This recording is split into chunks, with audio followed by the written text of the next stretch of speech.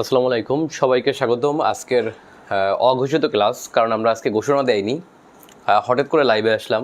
যারা এই মুহূর্তে যুক্ত হচ্ছেন তারা একটু কমেন্টে জানান যে সাউন্ড ক্লিয়ার কিনা, এটা একটু জানান। আর আমরা কে কোথা থেকে যুক্ত আছি তো সেই বিষয় নিয়ে আমরা একটু আপনার কমেন্টে জানাই। আর আজকে আমরা ক্লাস নিব হচ্ছে আপনার আন্তর্জাতিক বিষয়াবলীর আঞ্চলিক ও আন্তর্জাতিক ব্যবস্থা, এই বিষয় নিয়ে কথা বলবো। তো আমরা কোথা থেকে যুক্ত হচ্ছি একটু জানাই। আচ্ছা, আজকের ক্লাসে আমরা কে কোথা থেকে যুক্ত আছি। ও আরেকটা বিষয়, আপনারা একটু শেয়ার দিয়ে রাখেন, ক্লাসটা খুবই ভালো হয় ক্লাসটা শেয়ার দিয়ে রাখলে।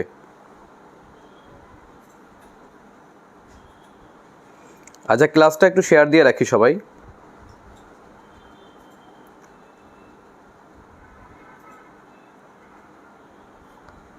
সাউন্ড ক্লিয়ার কি না একটু জানান। আর আপনারা একটু এই ম্যাপ থেকে জটিল যে বিষয়গুলো আছে সেগুলো একটু কমেন্টে জানান যে কি বিষয়ে জানালে ভালো হয়, মানে কোন বিষয়ে আপনারা জানতে চান, ম্যাপ বিষয়ে যে কোনো কিছু। ওকে, আমি পড়াবো যদিও আঞ্চলিক আন্তর্জাতিক ব্যবস্থা, বাট আপনাদের কি বিষয়ে জানতে আগ্রহী বা কোনটা নিয়ে আপনাদের কনফিউশন হয় সেগুলো একটু কমেন্টে জানান। আপনারা দেখতে পাচ্ছেন একটা ইংরেজি মানচিত্র, এটা মোটামুটি সারা পৃথিবীর একটা অরিজিনাল মানচিত্র বলতে পারি। কারণ হচ্ছে আমরা যে বাংলাটা পড়ি, বাংলাটা একেবারে ক্লিয়ার না। এটা মোটামুটি একটা ক্লিয়ার মানচিত্র, ইংরেজিতে প্রায় নির্ভুল বলা যায়। আচ্ছা, কে কোথা থেকে যুক্ত আছি?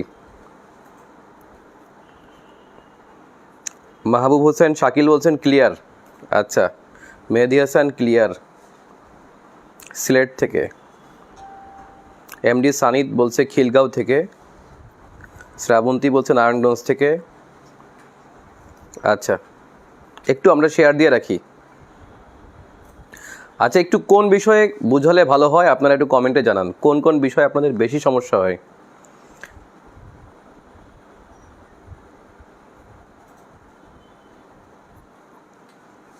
আচ্ছা, আজকে আমরা দেখাবো আঞ্চলিক ও আন্তর্জাতিক ব্যবস্থা। আপনারা অনেক কমেন্ট করবেন, কমেন্ট আশা করি আমি অনেক। আচ্ছা, দেখি আমরা আঞ্চলিক আন্তর্জাতিক ব্যবস্থা থেকে বিসিএসে প্রায় প্রতি বছর প্রশ্ন হয়। আচ্ছা, সেই প্রশ্নগুলো কি হয় একটু আমরা দেখি। যেমন দেখেন, বিভিন্ন অঞ্চল থেকে প্রশ্ন আসে। যেমন ধরেন মধ্য এশিয়া থেকে প্রশ্ন আসছিল রিসেন্ট এক বিসিএসে, যে মধ্য এশিয়ার দেশ 9 কোনটি। ধরেন আপনার এখানে ছিল কোনগুলা, কাজাখস্তান, উজবেকিস্তান, তাজিকিস্তান, এই দেশগুলো ছিল। এগুলো হচ্ছে মধ্য এশিয়ার দেশ বলে আমরা জানি। আর এর মাঝখানে ছিল হচ্ছে একটা দেশ, নাম হচ্ছে আলজেরিয়া। যেমন আলজেরিয়া, তাহলে বুঝতেই পারছি আমরা, যদি বলা হয় যে মধ্য এশিয়ার দেশ 9 কোনটি, তাহলে আমরা জানি যে স্থানযুক্ত রাষ্ট্রগুলা কোথায় পড়ছে, এশিয়া মহাদেশে পড়ছে। তার মানে 9 কোনটি, এটি হচ্ছে আপনার আলজেরিয়া। তো আঞ্চলিক ও আন্তর্জাতিক অবস্থা থেকে প্রশ্ন এসে থাকে, এর বাইরেও অনেক প্রশ্ন আসছে, সেগুলো একটু আমরা দেখি। আচ্ছা, আমরা একটু আজকে দেখব যে অঞ্চল, আসলে অঞ্চল কি। আচ্ছা, পৃথিবীতে খেয়াল করে দেখবেন যে আমরা বিশেষ কিছু অঞ্চলকে আমরা বিশেষ নামে ডেকে থাকি। ওই অঞ্চলটা বলতে আমরা শুধুমাত্র ওই দেশগুলোকেই বুঝি। যেমন যদি বলি, দেখেন যে গালফ, দেখেন গালফ মানে হচ্ছে উপসাগর। তো পৃথিবীতে কিন্তু উপসাগরের অভাব নেই, পৃথিবীতে অনেক উপসাগর আছে।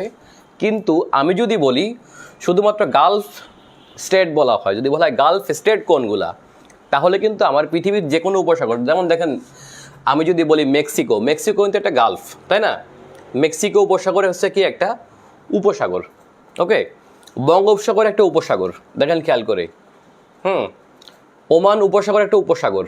তারপরে হচ্ছে আপনার পারস্য উপসাগর একটা উপসাগর। কিন্তু যখন আমি বলবো উপসাগরীয় অঞ্চল, তখন কিন্তু পৃথিবীর সকল উপসাগরকে বোঝাবে না। শুধুমাত্র উপসাগরীয় অঞ্চল বলতে আমরা একটি নির্দিষ্ট অঞ্চলকে বুঝি, সেটি হচ্ছে আপনার পারাসিয়ান গালফ। সেটি হচ্ছে কি, পারাসিয়ান গালফ মানে হচ্ছে পারস্য উপসাগরীয় যে দেশগুলো আছে সেগুলোকে আমরা শুধুমাত্র উপসাগরীয় দেশ বলি। তার মানে পৃথিবীর উপসাগর অনেকগুলো হলেও শুধুমাত্র উপসাগরীয় দেশ বলতে আমরা পারস্য অঞ্চলের দেশগুলোকেই বুঝি। তাহলে আমরা যদি বলি যে পারস্য কি, এটা একটা বিষয়। আচ্ছা, আমরা জানি যে পারস্য মানে হচ্ছে ইরানের পূর্ব নাম ছিল কি, পারস্য। এখন ইরানের পাশে, অর্থাৎ ইরান সহ, দেখেন খেয়াল করে, ইরান সহ তার পার্শ্ববর্তী যে দেশগুলা একে বলা হয় হচ্ছে আপনার উপসাগরীয় দেশ। তার মানে দেখেন খেয়াল করে কি কি, ইরান, এই পাশে আছে ইরান, এইদিকে আসে সৌদি আরবিয়া, এইদিকে আছে কুয়েত, এইদিকে আছে হচ্ছে আপনার ওমান, এইদিকে আছে ইউএই, এদিকে আছে কাতার, এদিকে আছে বাহরাইন। ওকে, তার মানে উপসাগরীয় দেশ বলতে আমরা কোন কোন দেশকে বুঝি?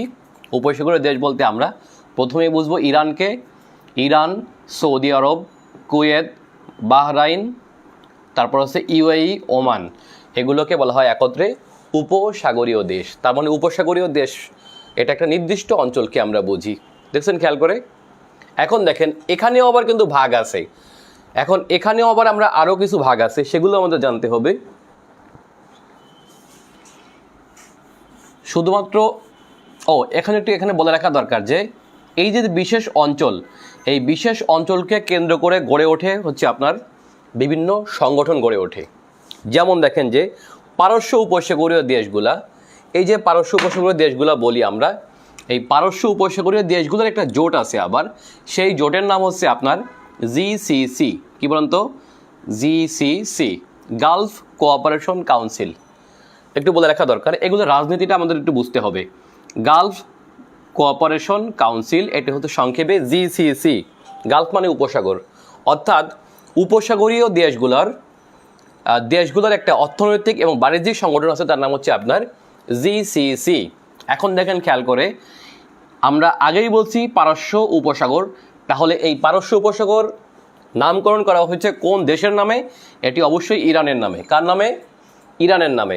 এখন খেয়াল করে দেখেন যে এই জিসিসি গঠনে কিন্তু আবার ইরান নেই, এখানে একটা রাজনীতি আছে, সেই রাজনীতিটা আমাদের একটু বুঝতে হবে।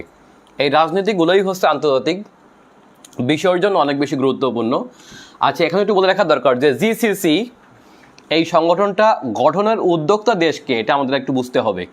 উদ্যোক্তা দেশ হচ্ছে আপনার সৌদি আরব। একটু খেয়াল করে দেখেন, সৌদি আরব।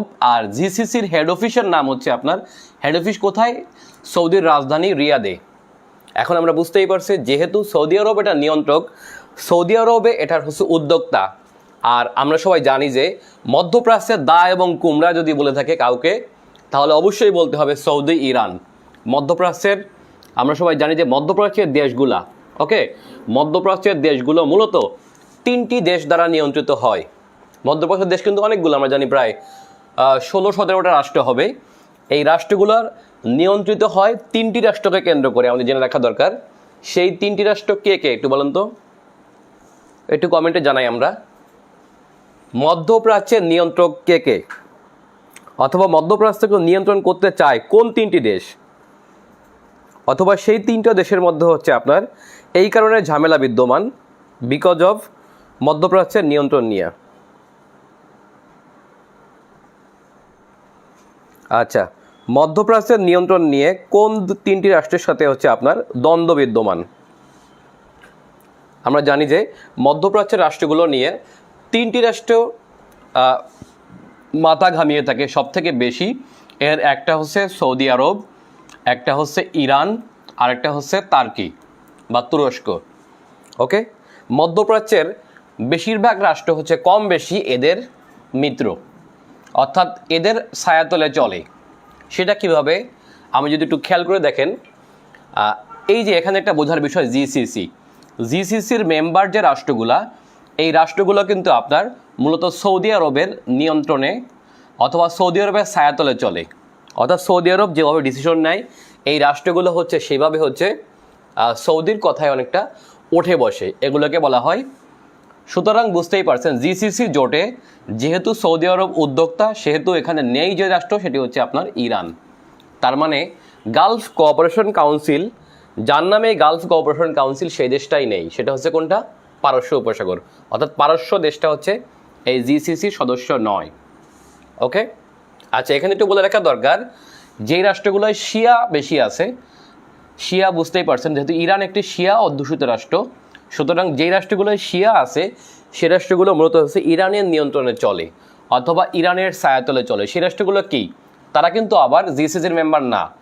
যেমন দেখেন ইয়েমেন, ওকে, ইয়েমেন আছে, এদিকে আছে লেবানন, ওকে, এইদিকে আছে আজারবাইজান। আজারবাইজান যদিও আপনার মধ্যপ্রাচ্যের রাষ্ট্র না, বাট তারপরেও আপনার যেহেতু ইরানের পার্শ্ববর্তী একটি রাষ্ট্র, সুতরাং এটা হচ্ছে অনেকটা ইরানের ভাবধারা। কারণ আপনারা বুঝতেই পারছেন এদের একটি বড় অংশ হচ্ছে আপনার শিয়া।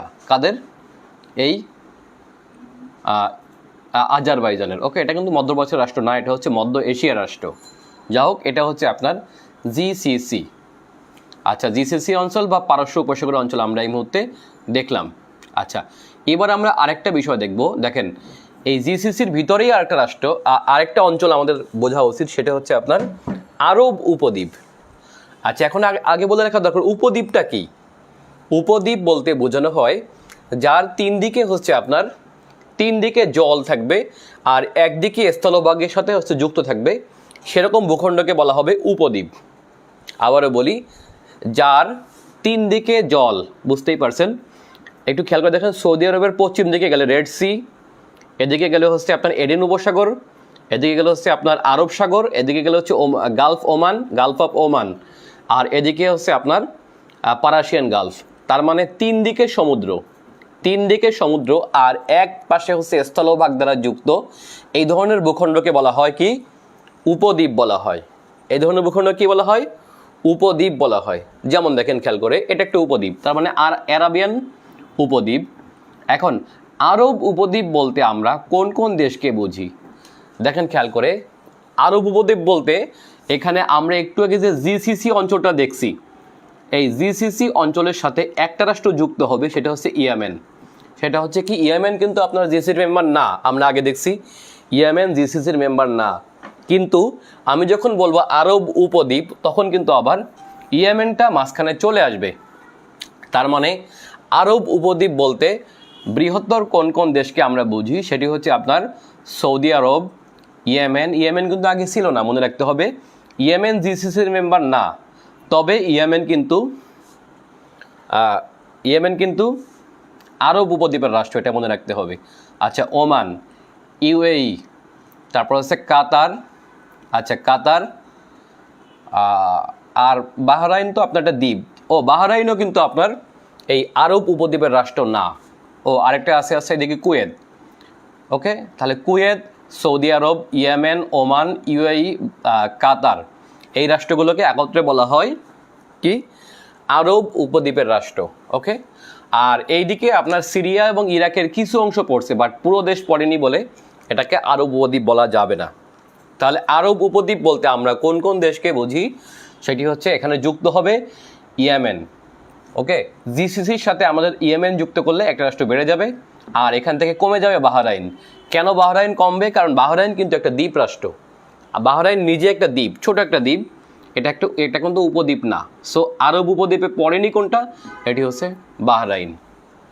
এই যে সূক্ষ্ম বিষয়, এগুলো হচ্ছে আমাদের অনেক গুরুত্বপূর্ণ। আচ্ছা, এরপর আমরা একটু দেখি ইউরোপের দিকে। ইউরোপ থেকে প্রায় প্রশ্ন আসে। দেখেন, বিশেষ কোনো সাগরের নামে অথবা বিশেষ কোনো দ্বীপের নামে অনেক সময় এই আঞ্চলিক নামকরণগুলো করা হয়ে থাকে। একটু আমরা দেখেন, গালফ অব, আচ্ছা এইদিকে আছে বাল্টিক সি। এটা হচ্ছে আপনারা দেখেন প্রায় তিন দিকে সমুদ্র, প্রায় তিন দিকে হচ্ছে আপনার স্থলভাগ, আর একদিকে শুধুমাত্র সমুদ্র পথে যুক্ত। এই যে মাঝখানে একটা সাগর আমরা দেখতে পাচ্ছি, এটার নাম হচ্ছে বাল্টিক সি। দেখছেন, বাল্টিক সাগর। এই বাল্টিক সি থেকে প্রশ্ন আসছিল, বাল্টিক অঞ্চলের দেশ 9 কোনটি? এ ধরনের কোশ্চেন এসে থাকে। ওখানে সম্ভবত আমাদের অ্যান্সার ছিল সম্ভবত, এটা কোন বিসিএস এর জন্য আসছিল আপনারা একটু কমেন্টে জানান তো। বাল্টিক সি থেকে প্রশ্ন আসছিল কোন বিসিএসে? সম্ভবত 41 হবে হয়তোবা। বাল্টিক সাগর থেকে প্রশ্ন আসছিল। প্রণালী বিষয়ক ক্লাসগুলো দিলে ভালো হয়, ইমরান আহমেদ রনি বলছে। আচ্ছা, প্রণালী বিষয়ক ক্লাস হ্যাঁ, সামনে নিব। আচ্ছা, এম রহমান বলছে বইয়ের নিউ এডিশন কবে আসবে? আচ্ছা, নিউ এডিশন আসবে হচ্ছে আপনার ডিসেম্বরের প্রথম সপ্তাহে, মানে হয়তো বা 6-7 তারিখের দিকে আসবে আশা করি। আমাদের কাজ চলমান, কাজ শেষ হলেই আমরা করব। আচ্ছা, বিধানচন্দ্র দাস উনি সম্ভবত আগের কমেন্টে বলছে সৌদি, ইরান, তুরস্ক। হ্যাঁ, কথা সত্য। মধ্যপ্রাচ্যের নিয়ন্ত্রণ করতে চায় 3টি রাষ্ট্র, সেটি হচ্ছে সৌদি, ইরান এবং তুরস্ক। আলমগীর কবিরও বলছে সৌদি, ইরান, তুরস্ক। বুঝতেই পারছি আমরা। আচ্ছা, তন্ময় দত্ত উনি বলছে এস্তোনিয়া, লাটভিয়া, লিথুয়ানিয়া। এটাকে বলছে বাল্টিক অঞ্চল। হ্যাঁ, এই 3টা হচ্ছে বাল্টিক অঞ্চলের দেশ। কিন্তু দেখেন খেয়াল করে, বাল্টিক সাগরের তীরবর্তী দেশগুলোই হচ্ছে আপনার বাল্টিক অঞ্চল। কিন্তু বাল্টিক অঞ্চল বলতে আমরা মূলত এই 3টি দেশকেই বেশি বুঝে থাকি। আমরা অনেকে লিখি এল অথবা অল লিখি। এলে মানে কীভাবে? Estonia, Latvia, Lithuania. কি বলি আমরা? Estonia, Latvia, Lithuania. এর পাশে যে সাগর তার নাম হচ্ছে বাল্টিক সি। এখন একটু খেয়াল করে দেখি আমরা, লিথুয়ানিয়ার পাশেই কিন্তু আপনার লিথুয়ানিয়ার পাশেই রাশিয়ার একটা অংশ আছে, এটা হচ্ছে কালিনিনগ্রাদ। এটির নাম কি? দেখেন, যদিও রাশিয়ার ভূখণ্ড আমরা দেখতে পাচ্ছি এই যে, বাট এখান থেকে রাশিয়া শেষ হওয়ার পরেও এই জায়গাটা এক প্রকার ছিটমহল টাইপের একটা ভূখণ্ড রাশিয়ার আছে, এটা হচ্ছে কালিনিনগ্রাদ। এটিও কিন্তু বাল্টিক সাগরের তীরে। আচ্ছা, তার পাশেই আছে একটা বৃহত্তম রাষ্ট্র, এটি হচ্ছে পোল্যান্ড। এখন আমাদের সমস্যাবাদ ছিল এই পোল্যান্ড নিয়ে। ওকে, সমস্যাবাদ ছিল পোল্যান্ড নিয়ে, সমস্যাবাদ ছিল সুইডেন নিয়ে। কারণ দেখেন, সুইডেনের পাশেও কিন্তু আপনার এই যে সুইডেন দেখতে পাচ্ছি আমরা, সুইডেনের পাশেও আপনার কি বাল্টিক সি। এখন যেহেতু অপশনে দেখেন আমাদের এখানে কিন্তু আপনার টেস্ট হয়ে যাচ্ছে, পরীক্ষায় কীভাবে আসছে, যেহেতু অপশনে এই এস্তোনিয়া, লাটভিয়া, লিথুয়ানিয়ার কেউ ছিল না, ছিল কারা? ছিল হচ্ছে আপনার এই ফিনল্যান্ড। দেখেন, এই পাশে ফিনল্যান্ড, এ পাশে হচ্ছে সুইডেন, এ পাশে হচ্ছে পোল্যান্ড। এই 3টা রাষ্ট্র ছিল। আর ছিল হচ্ছে আপনার কি? অস্ট্রিয়া। আমরা বুঝতেই পারছি অস্ট্রিয়া একটা ল্যান্ডলক কান্ট্রি। এটা হচ্ছে ল্যান্ডলক, তো বুঝতেই পারছেন, যেটা হচ্ছে আপনার চারদিকে হচ্ছে ল্যান্ড দ্বারা লক করা, মানে হচ্ছে আমরা এটাকে বলি স্থলবেষ্টিত রাষ্ট্র। অর্থাৎ তাহলে বাল্টিক অঞ্চলের দেশ 9 কোনটি? এটি আনসার ছিল হচ্ছে অস্ট্রিয়া। তাহলে এটা কিন্তু প্রশ্নে যে ভুল করছে ব্যাপারটা এরকম না। কারণ দেখেন, পোল্যান্ড বিশাল একটা রাষ্ট্র, এটি হচ্ছে বাল্টিক সাগরের তীরে। ফিনল্যান্ড বাল্টিক সাগরের তীরে, সুইডেন বাল্টিক সাগরের তীরে। তো যেহেতু এই এস্তোনিয়া, লাটভিয়া, লিথুয়ানিয়া কেউ নেই, তখন অ্যান্সার হবে কি? অস্ট্রিয়া। সো এগুলো আমাদের ম্যাপে বোঝার বিষয়। ওকে, এগুলো আমাদের ম্যাপে বুঝতে হবে। তাহলে এটা একটা কোশ্চেন আসছিল। আচ্ছা, এবার আমি উপদ্বীপ নিয়ে যেহেতু প্রশ্ন করছি, আমরা একটু আগে বুঝলাম, আরেকটা একটা উপদ্বীপ একটু আমরা দেখি। দেখেন, স্ক্যান্ডিনেভিয়া। আচ্ছা, স্ক্যান্ডিনেভিয়াটাও কিন্তু একটা উপদ্বীপ। আচ্ছা, এখানে আমাদের 2টা জিনিস বোঝার বিষয়। ভুল বললাম, নর্ডিক। আচ্ছা, আমরা পৃথিবীর যে উত্তরের রাষ্ট্রগুলো দেখি, একেবারে পৃথিবীর উত্তরের শান্তিপ্রিয় কিছু রাষ্ট্র আছে, আমরা একটু দেখি খেয়াল করে। সেই রাষ্ট্রগুলো কি কি? দেখেন, এটা নরওয়ে, বুঝতেই পারছেন, শান্তি আর শান্তি। এখানে সুইডেন। ওকে, দেখেন, নরওয়ে, সুইডেন, আরেকটা এই পাশে আছে আপনার ডেনমার্ক। দেখেন, তাহলে নরওয়ে, সুইডেন, ডেনমার্ক, এই যে 3টি রাষ্ট্র আমরা দেখতে পাচ্ছি, এই 3টি রাষ্ট্রকে বলা হয় নর্ডিক কান্ট্রি। কি বলা হয়? নর্ডিক কান্ট্রি অথবা নর্ডিক দেশ। তাহলে নর্ডিক দেশ বলতে আমরা কোন 3টি রাষ্ট্রকে বুঝি? এটি হচ্ছে নরওয়ে, সুইডেন এবং ডেনমার্ক। নরওয়ে, সুইডেন এবং ডেনমার্ক, এই 3টে রাষ্ট্রকে একত্রে বলা হয় নর্ডিক কান্ট্রি। আচ্ছা, আমরা একটু খেয়াল করে দেখব যে এই রাষ্ট্রগুলো অসম্ভব শান্তিপ্রিয়। পৃথিবীতে স্ক্যান্ডিনেভিয়ান অঞ্চলটা অথবা নর্ডিক অঞ্চলটা অসম্ভব শান্তিপ্রিয়। আমরা যদি বলা হয়ে থাকে পৃথিবীর সব থেকে ডেভেলপ কান্ট্রি বলা হয় কান্ট্রিকে, সব কিছু বিবেচনায়, মানব উন্নয়নে সব দিক থেকে এগিয়ে হচ্ছে নরওয়ে, এবং নরওয়েকে পৃথিবীর সব থেকে উন্নত রাষ্ট্র হিসেবে ধরা হয় এই কারণে। ওকে, তাহলে এই 3টি রাষ্ট্রকে একত্রে বলা হয় নর্ডিক কান্ট্রি। এখন আমি যখন বলবো স্ক্যান্ডিনেভিয়ান রাষ্ট্র, তখন কিন্তু আরও 2টা রাষ্ট্র এখানে যুক্ত হয়ে যাবে, তখন রাষ্ট্র হয়ে যাবে 5টি রাষ্ট্র। তাহলে নর্ডিক বলতে আমরা 3টি রাষ্ট্রকে বুঝবো, নরওয়ে, সুইডেন এবং ডেনমার্ক। আর যখনই আমি বলি স্ক্যান্ডিনেভিয়ান কান্ট্রি, তখন যুক্ত হবে আরও 2টি রাষ্ট্রের সাথে, সেটি হচ্ছে কি? ফিনল্যান্ড, আরেকটা হচ্ছে আইসল্যান্ড। দেখছেন খেয়াল করে? তাহলে এই 5টি রাষ্ট্রকে বলা হবে স্ক্যান্ডিনেভিয়ান রাষ্ট্র। তাহলে স্ক্যান্ডিনেভিয়ান রাষ্ট্র বলতে আমরা কোন 5টি রাষ্ট্রকে বুঝি? তাহলে দেখেন, Norway, Sweden, Denmark plus Finland plus Iceland, এই 5টি রাষ্ট্রকে বলা হবে কি একত্রে? স্ক্যান্ডিনেভিয়ান রাষ্ট্র। ওকে, এই বিষয়গুলো গুরুত্বপূর্ণ। এখান থেকে আপনার প্রায় বিভিন্ন পরীক্ষায় প্রশ্ন হয়ে থাকে, অনেক বেশি প্রশ্ন আসে এখান থেকে। এদের পার্লামেন্টের নাম, এরা কে কে ইউর মেম্বার, কে কে ইউর মেম্বার না। এখানে দেখেন নরওয়ে, সুইডেন, এরা কিন্তু আপনার তারপরে আইসল্যান্ড, হ্যাঁ এরা কিন্তু আপনার সম্ভবত ডেনমার্কও মনে হয়, এরা কিন্তু আপনার শুধুমাত্র মনে হয় এখানে ফিনল্যান্ড মনে হয় ইউর মেম্বার, আর বাকি রাষ্ট্রগুলো কিন্তু ইউর সদস্য না। এদের মুদ্রা কিন্তু আবার ইউরো না, যেমন ফিনল্যান্ডের মুদ্রা ইউরো, বাকি সবার মুদ্রা ভিন্ন ভিন্ন। এজন্য হচ্ছে এখান থেকে পরীক্ষায় প্রশ্ন এসে থাকে। তার মানে ইউর মেম্বার হলেই যে শুধুমাত্র ধনী হবে, ডেভেলপ হবে, ব্যাপারটা এমন না। এরা কিন্তু ইউর বাইরে থেকেও কিন্তু অনেক উন্নত। যা হোক, এখান থেকে প্রশ্ন এসে থাকে। আমরা আরও কিছু বিষয় দেখি আমেরিকা অঞ্চল থেকে। আচ্ছা, আপনারা কমেন্টে জানান কে কি জানতে চান, আমাদের ভালো হয় তাহলে।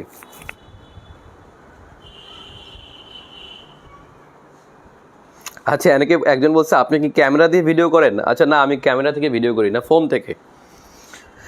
আচ্ছা, বাল্টিক সাগর, অনেকে বলছে লাল, লালে কি হয়? Latvia, Estonia, Lithuania. আচ্ছা, 40তম বিসিএসে আসছিল তাই না এটা? আচ্ছা, যাই হোক, থ্যাংক ইউ। 40তম বিসিএসে প্রশ্ন আসছিল ইয়া থেকে। আচ্ছা, এরপর আমরা আরও কিছু বিষয় দেখব। আচ্ছা, এবার দেখব আমরা আমেরিকা অঞ্চল থেকে। আমেরিকা অঞ্চল থেকে বেশ কিছু বিষয় আছে গুরুত্বপূর্ণ। ক্যামেরায় ক্লিয়ার কিনা একটু দেখেন তো। আচ্ছা, দেখেন আমেরিকা যদি বলি আমি, আমেরিকা অঞ্চল বলতে আমরা বৃহত্তম আমেরিকার 2 মহাদেশকেই বুঝি, একেবারে উত্তর থেকে দক্ষিণ, পৃথিবীর উত্তর থেকে দক্ষিণ পর্যন্ত যেই 2টা মহাদেশ আছে এটাকে আমরা একত্রে বলি আমেরিকা অঞ্চল। এখন আমেরিকা অঞ্চল বলতে অনেকগুলো দেশকে আমরা একত্রে বুঝি। সেটা হচ্ছে দেখেন, আমি যদি এই আমেরিকা অঞ্চলের আবার একাধিক ভাগ আছে, সেই ভাগগুলো গুরুত্বপূর্ণ। আমি আঞ্চলিক ও আন্তর্জাতিক ব্যবস্থার জন্য বলতেছি।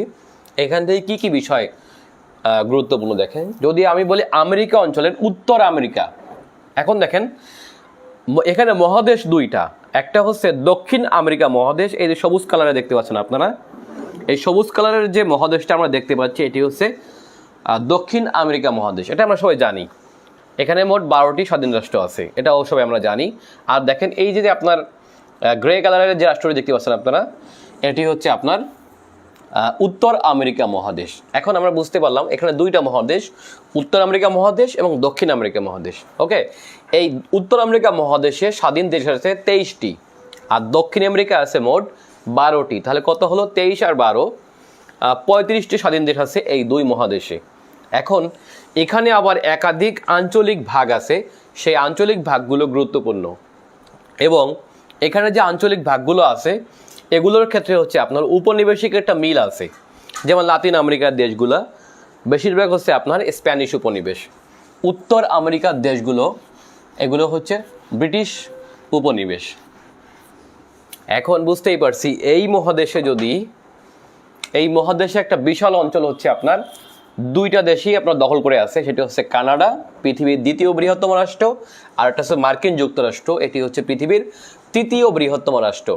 এই 2য় এবং 3য় বৃহত্তম রাষ্ট্রই এই মহাদেশের একটা বিশাল অংশ দখল করে আছে বলে এই অংশটিকে বলা হয়, অর্থাৎ কানাডা এবং মার্কিন যুক্তরাষ্ট্র।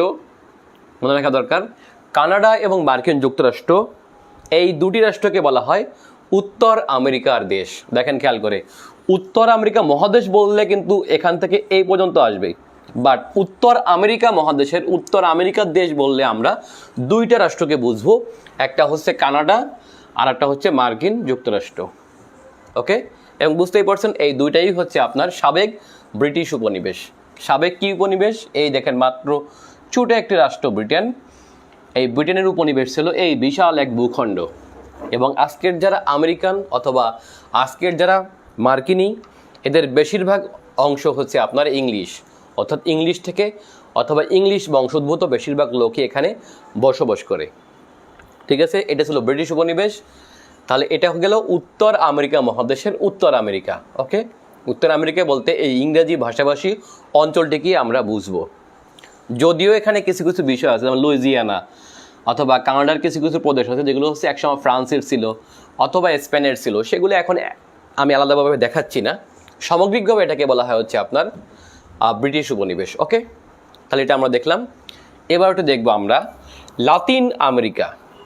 আচ্ছা, what is Latin America? Latin আমেরিকাটা কি? আচ্ছা, একটু খেয়াল রাখা দরকার, লাতিন অথবা ল্যাটিন আমেরিকা। ল্যাটিন বলতে হচ্ছে আপনার, ল্যাটিন একটি ভাষা।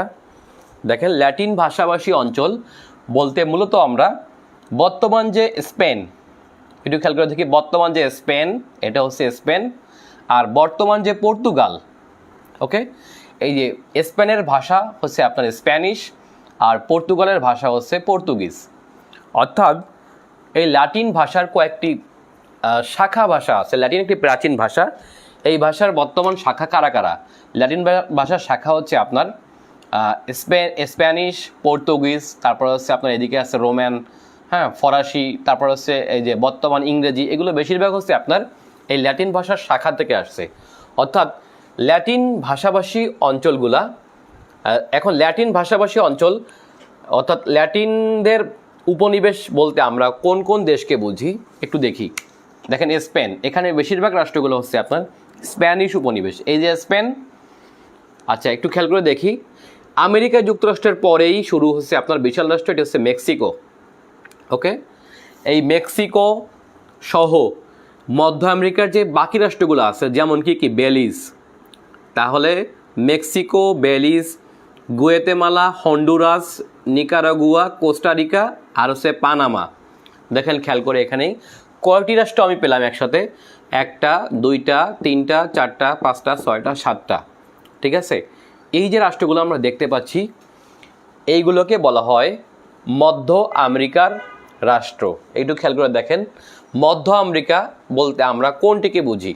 মধ্য আমেরিকা বলতে উত্তর আমেরিকা মহাদেশের, আবারও বলি, উত্তর আমেরিকা মহাদেশের কানাডা এবং মার্কিন যুক্তরাষ্ট্র বাদে বাকি যে রাষ্ট্রগুলো আছে, যেগুলো দ্বীপরাষ্ট্র নয়, কিন্তু এখানে কিন্তু দ্বীপরাষ্ট্র বাদ দিয়ে, আবারও বলে রাখি, দ্বীপরাষ্ট্র বাদ দিয়ে যে রাষ্ট্রগুলো আছে, যেমন Mexico, Belize, Guatemala, Honduras, Nicaragua, Costa Rica এবং পানামা, এই যে 7টি রাষ্ট্র আছে, যেটি হচ্ছে দক্ষিণ আমেরিকা এবং উত্তর আমেরিকার মাঝখানে বলে এটাকে বলা হয় মধ্য আমেরিকা। তাহলে মধ্য আমেরিকা ভৌগোলিকভাবে কোন মহাদেশের অন্তর্গত? এটা কি উত্তর আমেরিকার নাকি দক্ষিণ আমেরিকার? এটা একটু বোঝা দরকার। তাহলে মধ্য আমেরিকার রাষ্ট্রগুলো হচ্ছে ভৌগোলিকভাবে উত্তর আমেরিকা মহাদেশের অন্তর্গত। ক্লিয়ার কিনা আমরা? কোনো প্রশ্ন থাকলে আপনারা প্রশ্নগুলো করতে পারেন নিচে। আবারও বলি, মধ্য আমেরিকার রাষ্ট্রগুলা ভৌগোলিকভাবে উত্তর আমেরিকা মহাদেশেরই অংশ। এই এখন দেখেন যে এক কথায় এই যে মধ্য আমেরিকার যে 7টি রাষ্ট্র আমরা দেখতে পাচ্ছি, এই যে সবচেয়ে বড় রাষ্ট্র এখানে হচ্ছে মেক্সিকো। মেক্সিকো বাদে বাকি যে 6টি রাষ্ট্র আছে, এগুলো খুবই ক্ষুদ্র ক্ষুদ্র, সবগুলো বাংলাদেশের মতো, বাংলাদেশের থেকে খুব বেশি একটা বড় হবে না। এই রাষ্ট্রগুলোকে একত্রে বলা হয় মধ্য আমেরিকার রাষ্ট্র। এবং বলে রাখা দরকার, মধ্য আমেরিকার সবগুলো রাষ্ট্র ছিল স্পেনের উপনিবেশ। তাহলে মধ্য আমেরিকার সবগুলো রাষ্ট্র কার উপনিবেশ? স্পেনের উপনিবেশ। আর স্পেনের উপনিবেশ বলেই কিন্তু এখানে ফুটবল অনেক জনপ্রিয়।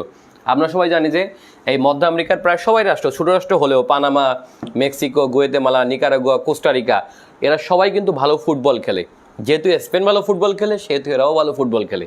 তাহলে মধ্য আমেরিকার রাষ্ট্রগুলো সবাই স্পেনের উপনিবেশ ছিল, বিধায় এখানের ভাষা হচ্ছে আপনার স্প্যানিশ। আচ্ছা, এখানে একটু বলে রাখা দরকার যে এই দুই মহাদেশে যে যার উপনিবেশ ছিল, মানে ইউরোপিয়ান যার উপনিবেশ ছিল, তার ভাষাও ঠিক সেম। ওকে, আচ্ছা, এবার একটু আমরা দক্ষিণ দিকে আসি। দেখেন, দক্ষিণ দিকে আসলে দক্ষিণ আমেরিকা মহাদেশের রাষ্ট্রগুলো আমরা, দক্ষিণ আমেরিকা মহাদেশে মোট 12টি স্বাধীন রাষ্ট্র। দেখেন খেয়াল করে, এই যে সবুজ কালারে দেখতে পাচ্ছি আমরা, এটা আসলে একটা সবুজ মহাদেশ। এখানে অসম্ভব বনভূমি দ্বারা আবৃত। দেখেন, এই অঞ্চলটা জুড়ে বিশাল এক আমাজন, সেটা আমরা জানি। আর দক্ষিণ দিকে গেলে এই যে চিলি অথবা আর্জেন্টিনা আছে, এখানেও একটা বিশাল এক তৃণভূমি। ওকে, এই তৃণভূমি কিন্তু আপনার পরীক্ষায় নামটা আসে, নামটা যেন কি ভুলে গেলাম। আচ্ছা, আর্জেন্টিনা এবং চিলির ভূখণ্ডে যেই তৃণভূমি অঞ্চলটা আছে, এই তৃণভূমি অঞ্চলের নামটা কি? সবাই একটু কমেন্টে জানান। আচ্ছা, এখন একটু দেখি আমরা এখানে যে 12টি স্বাধীন দেশ আছে, এই 12টি স্বাধীন রাষ্ট্র থেকে 3টি রাষ্ট্র আমরা বাদ দিব। যেমন দেখেন, বৃহত্তম যে রাষ্ট্রটি আছে সেটির নাম হচ্ছে আপনার ব্রাজিল। এই ব্রাজিল কিন্তু আবার পর্তুগিজ উপনিবেশ।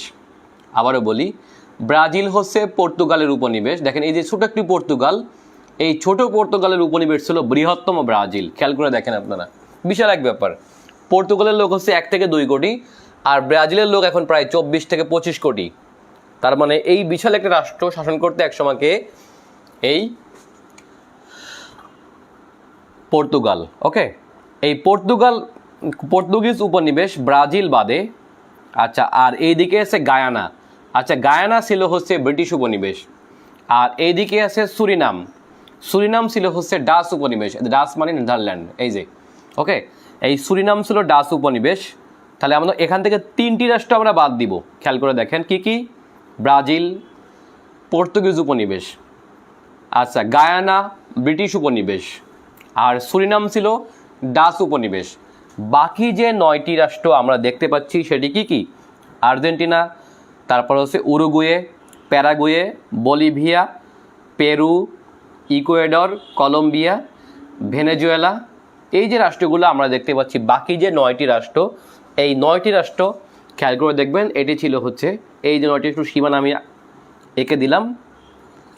সোজা কথা, এই যে 9টি রাষ্ট্র আর এই দিকে আছে 7টি রাষ্ট্র। খেয়াল করে দেখেন এই অঞ্চলটা হচ্ছে পুরোপুরি ছিল স্প্যানিশ উপনিবেশ। তার মানে একেবারে মার্কিন যুক্তরাষ্ট্রের পর থেকে দক্ষিণ দিকে আর্জেন্টিনা। দেখেন খেয়াল করে, এই যে বিশাল এক ভূখণ্ড, এখানে 9টি রাষ্ট্র, এখানে 7টি রাষ্ট্র। তাহলে কয়টি হলো একত্রে? 9 আর 7 কত হয়? 9 আর 7 16টি রাষ্ট্র। এই 16টি রাষ্ট্র ছিল একত্রে হচ্ছে আপনার স্প্যানিশ উপনিবেশ। কি উপনিবেশ? স্প্যানিশ উপনিবেশ। ওকে, তাহলে বুঝতেই পারছেন এই যে পশ্চিম উপকূলটা আমরা দেখতে পাচ্ছি, এই পশ্চিম উপকূলটা অর্থাৎ প্রশান্ত মহাসাগরীয় অঞ্চলের তীরবর্তী যে অঞ্চলটা, এটা ছিল সব স্পেনের উপনিবেশ। ওকে, আচ্ছা এখন লাতিন আমেরিকা বলতে আমরা কাকে বুঝি? আচ্ছা, এখন লাতিন আমেরিকা বলতে আমরা বুঝি এই যে 16টি রাষ্ট্র আপনি একত্রে দেখতে পাচ্ছেন, অর্থাৎ মেক্সিকো থেকে উত্তরে মেক্সিকো, দক্ষিণে আর্জেন্টিনা, এই যে প্রশান্ত মহাসাগরীয় তীরবর্তী 16টি রাষ্ট্র, প্লাস এখান থেকে যুক্ত হবে ব্রাজিল, প্লাস কে যুক্ত হবে? ব্রাজিল, ইকুয়াল টু কত হলো? 17টি রাষ্ট্র। এই 17টি রাষ্ট্রকে একত্রে বলা হয় লাতিন আমেরিকা। আমরা ক্লিয়ার কিনা? তাহলে বুঝতেই পারছেন স্পেনের সাথে যুক্ত হবে, স্প্যানিশ উপনিবেশে যুক্ত হবে পর্তুগিজ উপনিবেশ। তাহলে মোট আমরা 17টি রাষ্ট্র পাই। এই 17টি রাষ্ট্রকে একত্রে বলা হয় লাতিন আমেরিকা। এবং বুঝতেই পারছেন এই লাতিন আমেরিকা অঞ্চলের জনপ্রিয় খেলা হচ্ছে ফুটবল। এবং পৃথিবীতে যারা আমরা ফুটবল দেখি, ফুটবল প্রেমী মূলত, যদিও আমরা ইউরোপিয়ান বিভিন্ন ক্লাবের ফুটবল দেখে আমরা অভ্যস্ত, বাট সেই ক্লাবের ভালো ভালো প্লেয়ার যাদেরকে আমরা ফলো করি, এদের বেশিরভাগ অংশ আসছে এই লাতিন আমেরিকা অঞ্চল থেকে। সুতরাং পৃথিবীতে ফুটবলের উর্বর ভূমি বলা হয় এই লাতিন আমেরিকাকে। এবং লাতিন আমেরিকার একটা জনপ্রিয় ফুটবল ইভেন্টের নাম হচ্ছে আপনার কোপা আমেরিকা। আমরা সবাই জানি যে বছর কোপা আমেরিকায় চ্যাম্পিয়ন কারা হয়েছে, বুঝতেই পারছেন কোপা আমেরিকার চ্যাম্পিয়ন কিন্তু আর্জেন্টিনা। যা হোক, যদিও আমার প্রিয় দল ব্রাজিল, বাট চ্যাম্পিয়ন হয়েছে কে? আর্জেন্টিনা। এই কোপা আমেরিকার জনপ্রিয় বেশিরভাগ দলই এখানে হচ্ছে আপনার অনেক বেশি জনপ্রিয় সারা পৃথিবীতে। যেমন ব্রাজিল, আর্জেন্টিনা না বললেই নয়, সারা পৃথিবীতে এদের ভক্ত আছে কম বেশি। ওকে, তো এটি হচ্ছে আপনার আমেরিকা অঞ্চলের আঞ্চলিক ব্যবস্থাটা আমরা একটু দেখলাম। আচ্ছা, এখনও কিন্তু শেষ হয়নি। কারণ শেষ হয়নি কেন? এই যে মাঝখানে আরও কিছু রাষ্ট্র আছে, এগুলো অনেক গুরুত্বপূর্ণ। আচ্ছা, এখানে একটা বড় রাষ্ট্র। এবার আমরা আসবো সমুদ্রের ভিতরে। দেখেন খেয়াল করে, এই যে সমুদ্রের ভিতরে একাধিক রাষ্ট্র আছে, দেখেন খেয়াল করে, এখানে ক্ষুদ্র ক্ষুদ্র জাতি এখানে বসবাস করে। শুধুমাত্র কিউবা আর হাইতি অথবা ডোমিনিকা বাদ দিলে, এটা হচ্ছে কিউবা, এটা হচ্ছে ডোমিনিকা, এটা হচ্ছে হাইতি, এই 3টে রাষ্ট্র বাদ দিলে বাকি রাষ্ট্রগুলো চোখে দেখা যায় না বললেই চলে। খুবই ক্ষুদ্র ক্ষুদ্র রাষ্ট্র। এই রাষ্ট্রগুলোকে কি বলা হয়? আচ্ছা, একটু বলে রাখা দরকার, এখানে 2টা সাগর আছে। 2টা সাগর এখানে খুব গুরুত্বপূর্ণ। দেখেন খেয়াল করে, এটা হচ্ছে মার্কিন যুক্তরাষ্ট্রের দক্ষিণ অংশ, আর এদিক গেলে হচ্ছে মেক্সিকো।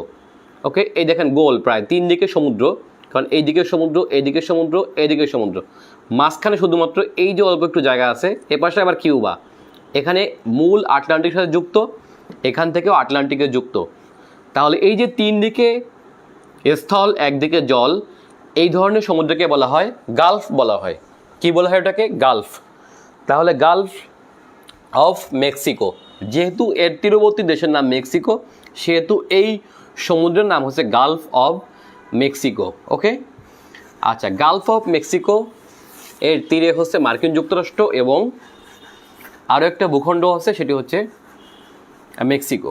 এই মার্কিন যুক্তরাষ্ট্র এবং মেক্সিকো এই দুটোর পাশে হচ্ছে গালফ অফ মেক্সিকো।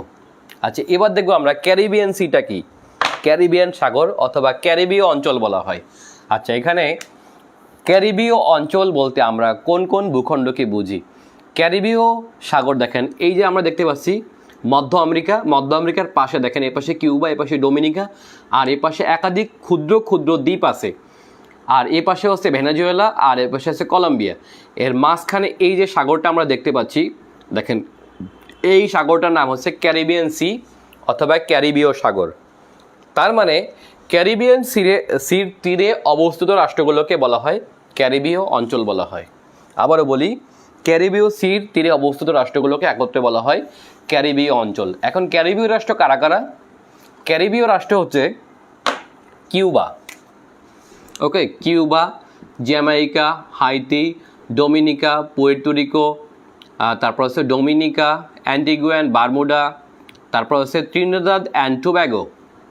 আচ্ছা, ত্রিনিদাদ অ্যান্ড টোব্যাগো, তারপর হচ্ছে Saint Lucia, Saint Vincent and Grenadines. এগুলো, এই ধরনের রাষ্ট্রগুলোকে একত্রে বলা হয় ক্যারিবীয় রাষ্ট্র। ওকে, এগুলোকে একত্রে বলা হয় ক্যারিবীয় রাষ্ট্র। এই রাষ্ট্রগুলো আরও কিছু রাষ্ট্র আছে, খুব ক্ষুদ্র ক্ষুদ্র, নামে এই মুহূর্তে মনে নেই ভালো করে। ওকে, এই রাষ্ট্রগুলোকে একত্রে বলা হয় ক্যারিবীয় রাষ্ট্র। এখন এই ক্যারিবীয় রাষ্ট্রগুলোর মধ্যে আরেকটা ভাগ আছে, আরেকটা ক্ষুদ্র ভাগ আছে, সেটাকে বলা হয় পশ্চিম ভারতীয় দ্বীপপুঞ্জ অথবা ওয়েস্ট ইন্ডিজ অথবা উইন্ডিজ। আবারও খেয়াল করি, এই ক্যারিবীয় অঞ্চলের রাষ্ট্রগুলোর মধ্যে যদি আমি কিউবাকে বাদ দেই, দেখেন কিউবা বাদ গেল, এখান থেকে কিউবাকে বাদ দিলাম ডোমিনিকা হাইতিকে। এই ডোমিনিকা হাইতিকে, কিউবা, ডোমিনিকা, হাইতি, এই যে বৃহত্তম তিনটি রাষ্ট্র আছে, এই তিনটা নেশনকে আমি যদি বাদ দিয়ে যে বাকি রাষ্ট্রগুলো আছে সেগুলোকে কি, যেমন দেখেন জ্যামাইকা, ঠিক আছে, তারপর আছে কি আছে Nicaragua, Saint Vincent, Saint Grenadines, Barbados, okay, তারপর আছে Trinidad and Tobago, Saint Lucia, এরকম আরও ছোটো ছোটো কিছু রাষ্ট্র আছে। এই রাষ্ট্রগুলোকে একত্রে বলা হয় ওয়েস্ট ইন্ডিজ। তাহলে ওয়েস্ট ইন্ডিজের অন্তর্ভুক্ত রাষ্ট্রগুলো বেশিরভাগ হচ্ছে ক্যারিবিয়ান সাগরের তীরে অবস্থিত, বাট ক্যারিবিয়ান সাগরের তীরের সকল রাষ্ট্র কিন্তু আবার ওয়েস্ট ইন্ডিজ ভুক্ত না। তাহলে ওয়েস্ট ইন্ডিজ ভুক্ত নয় কে? নয় হচ্ছে আপনার কিউবা, নয় হচ্ছে ডোমিনিকা, নয় হচ্ছে হাইতি। তাহলে কিউবা, ডোমিনিকা, হাইতি এই রাষ্ট্রগুলো ক্যারিবীয় সাগরের রাষ্ট্র হলেও এটা কিন্তু ওয়েস্ট ইন্ডিজের রাষ্ট্র না। এখন ওয়েস্ট ইন্ডিজ বা ওয়েস্ট ইন্ডিয়া বা পশ্চিম ভারত, এই নামকরণ করা হয়েছে কিভাবে? আচ্ছা, এই নামকরণ করা হয়েছে আসলে ভুলে ভুলে কিভাবে? যখন ক্রিস্টোফার কলম্বাস, অর্থাৎ ইউরোপিয়ান নাবিক ক্রিস্টোফার কলম্বাস যখন ভুলক্রমে ভারতে আসতে যেয়ে, একটু খেয়াল করে দেখি আমরা, কলম্বাস যখন এই ইউরোপ থেকে আসবে, তাই না? দেখেন উনি কি ইতালিয়ান নাবিক? হ্যাঁ, ইতালিয়ান নাবিক কলম্বাস যখন এই পথ দিয়ে, দেখেন এই পথ দিয়ে ঘুরে ইন্ডিয়া আসতে গেছিল, তখন পর্যন্ত সুয়েজ খাল পথ আবিষ্কার হয়নি। এখন তো আপনার ইউরোপ থেকে, ইতালি থেকে যদি আপনি ইন্ডিয়া যান, তাহলে কীভাবে যাবেন? এখন হচ্ছে আমরা ইতালি থেকে ইন্ডিয়া গেলে এই ভূমধ্যসাগর দিয়ে আসতে হবে সুয়েজ খাল থেকে আসবে লোহিত সাগর থেকে হচ্ছে এডেন উপসাগর, এখান থেকে হচ্ছে এই পাশে মুম্বাই। দেখেন খেয়াল করে, এই যে মুম্বাই, এদিকে গোয়া, এই বন্দরগুলো এখন একেবারে সোজা সমুদ্রপথ। বাট তখন পর্যন্ত হচ্ছে আপনার প্রাচীনকালে কিন্তু সমুদ্রপথ আবিষ্কার হয়নি এত। তখন হচ্ছে ইউরোপিয়ানরা যাত্রা শুরু করছিল প্রথমে এই ইতালি থেকে, এখান থেকে শুরু করে এই আফ্রিকার পশ্চিম উপকূল দিয়ে ঘুরে যখন এই পথে আসবে, প্রথম যাত্রায় তারা কিন্তু সফল হয়নি। তো সফল হয়নি বলে হচ্ছে এই কেপ টাউনে এসে এরা হচ্ছে এখানে কেপ অফ গুড হোপ, যেটাকে বলা হয় উত্তম আশা অন্তরীপ, এই উত্তম আশা অন্তরীপে এসে হচ্ছে এদের যাত্রা কি হয়, বিরতি দেয়, এবং তারা ভারতে না এসে এখানেই হচ্ছে দক্ষিণ আফ্রিকায় প্রথম ঘাঁটি গাড়ে, সাদা চামড়ার মানুষরা প্রথম ঘাঁটি গাড়ে আফ্রিকার যে দেশে, সে দেশের নাম হচ্ছে আপনার কি সাউথ আফ্রিকা, এবং এই সাউথ আফ্রিকার সব থেকে প্রাচীনতম উপনিবেশের নাম হচ্ছে কেপ অফ গুড হোপ অথবা উত্তম আশা অন্তরীপ। ওকে, এই যাত্রায় সফল তারা হয়নি, বাট তারা একেবারে বিফলও হয়নি। ভারতে না এসে কোথায় চলে আসছে? আফ্রিকায়। ওকে, দ্বিতীয় যাত্রায় তারা ভুলক্রমে এখান থেকে যাত্রা শুরু করে এসে জাহাজ দক্ষিণ দিকে না যেয়ে গেছে পশ্চিম দিকে। পশ্চিম দিকে যেয়ে দেখুন দেখছে এই কালো চামড়ার মানুষগুলা, ঠিক আছে, বোকা বোকা মানুষ, কালো চামড়ার মানুষ, সেগুলোকে মনে করছে এরা হয়তো ভারতীয়। সো কলম্বাস যখন ভুলক্রমে এই ভূখণ্ডে পৌঁছায়, সেই ভূখণ্ডের নাম হয়ে যায় পশ্চিম ভারত। হয়তো মনে করছে উনি এই দিকের কোনো দ্বীপ, বাট উনি তখন এখানে পৌঁছায়নি, উনি গেছে কোথায়? এই ওয়েস্ট ইন্ডিজ বা পশ্চিম ভারতে। আমরা দেখতে পাবো আসলেই কিন্তু এই অঞ্চলের মানুষের নৃগোষ্ঠীগত বলেন বা মানুষের চেহারাগত বলেন, অনেক দিক থেকে কিন্তু ভারতীয় অনেক কিছুর মিল আছে। যেমন দেখেন, যদি আমরা ধর্মীয় দিক থেকে বলি, এই অংশে কিন্তু অনেক হিন্দু লোক বসবাস করে। যেমন দেখেন, এই অঞ্চলের একজন প্লেয়ারের নাম আছে শিব নারায়ণ চন্দরপল, ঠিক আছে। তারপরে হচ্ছে এরকম অনেক প্লেয়ার আছে যারা হচ্ছে হিন্দু প্লেয়ার আমরা দেখতে পাচ্ছি, কারণ এখানেও কিন্তু প্রাচীন সেই হিন্দু ধর্ম এবং ভারতীয় অনেক কিছুর মিল এখানে পাওয়া যায়। সো ভুলক্রমে ইউরোপিয়ানরা এই অংশের নাম দেয় পশ্চিম ভারতীয় দ্বীপপুঞ্জ, যেটাকে আমরা বলি ওয়েস্ট ইন্ডিজ অথবা পশ্চিম ভারতীয় দ্বীপপুঞ্জ অথবা উইন্ডিজ বলি আমরা এই মুহূর্তে। ওকে, তাহলে পশ্চিম ভারতীয় দ্বীপপুঞ্জ অথবা ওয়েস্ট ইন্ডিজ কোনো নির্দিষ্ট দেশের নাম নয়, এটি একাধিক দেশের অর্থাৎ এটি হচ্ছে ক্যারিবীয় সাগরের একাধিক ক্ষুদ্র ক্ষুদ্র ন্যাশন রাষ্ট্র, এটাকে বলা হচ্ছে আপনার ওয়েস্ট ইন্ডিজ। এখন ওয়েস্ট ইন্ডিজ ক্রিকেটটা কীভাবে খেলে এরা, সবাই আমরা জানি, এরা বিভিন্ন দেশ থেকে এসে খেলোয়াড়রা হচ্ছে একটা টিম গঠন করছে। সেটা কীভাবে দেখেন, জ্যামাইকা। যেমন যদি বলি আমরা আজকের পৃথিবীর একজন বিখ্যাত প্লেয়ার, সেটি হচ্ছে ক্রিস গেইল। ক্রিস গেইলকে আমরা সবাই চিনি। এই ক্রিস গেইলের দেশ কোনটা? এটি হচ্ছে আপনার জ্যামাইকা। তারপর যদি আমরা বলি পৃথিবীর ইতিহাসে যাকে বলা হয় ক্রিকেটের বরপুত্র বলা হয়, আচ্ছা ক্রিকেটের বরপুত্র কে? রাজপুত্র তো সচিন টেন্ডুলকার, তাহলে বরপুত্র কে? আচ্ছা পৃথিবীতে এমন একজন প্লেয়ার ছিল যার 400 রান আছে, টেস্টে যার 400 রান আছে, এরকম বিখ্যাত একজন প্লেয়ারের নাম একটু বলি আমরা, বলুন তো কি? এবং সেই প্লেয়ারের দেশের নাম হচ্ছে ত্রিনিদাদ অ্যান্ড টোবাগো। সেই প্লেয়ারের নাম কি? আচ্ছা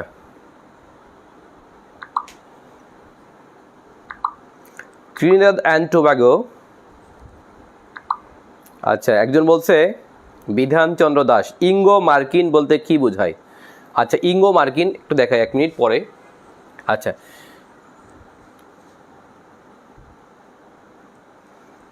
সুরাজ বলছে আপনার ভিডিওগুলো ক্লিয়ার না, একটু ভালো ফোন দিয়ে করেন ভাই। আচ্ছা আমি যেই ফোন থেকে ভিডিও করি একটার দাম 34,000, একটার দাম 24,000, এর থেকে ভালো ফোন আমার নাই। আপনার যদি এর থেকে ভালো দেখতে হয় আমাকে এটা কিনে দিতে হবে, ঠিক আছে। যা হোক, তো যেটা বলতেছিলাম, ত্রিনিদাদ অ্যান্ড টোবাগোর যে বিখ্যাত একজন প্লেয়ার যে হচ্ছে যার টেস্টে 400 রান আছে অপরাজিত, সেই প্লেয়ারের নাম হচ্ছে আপনার চার্লস ব্রায়ান লারা। চার্লস লারার দেশ হচ্ছে কি আপনার ত্রিনিদাদ অ্যান্ড টোবাগো। তার মানে বুঝতেই পারছেন এটা হচ্ছে ত্রিনিদাদ অ্যান্ড টোবাগো ছোট একটা রাষ্ট্র, এই যে, ঠিক আছে। আচ্ছা এরকম এক একটা দেশ থেকে এক একজন প্লেয়ার নিয়ে এরা হচ্ছে 1-2 করে প্লেয়াররা হচ্ছে আপনার মেধার ভিত্তিতে চান্স পায়, এবং এই রাষ্ট্রগুলোকে আমরা একত্রে উইন্ডিজ নামে চিনি অথবা ওয়েস্ট ইন্ডিজ নামে চিনি। ওকে, এটি হচ্ছে ওয়েস্ট ইন্ডিজ। আচ্ছা কেউ একজন প্রশ্ন করছে ইঙ্গো মার্কিন। আচ্ছা ইঙ্গো মার্কিন বলতে কি বোঝায়? ঠিক আছে, ইঙ্গো মার্কিন দুটেই সাদা চামড়ার মানুষ, ইঙ্গো আর মার্কিন।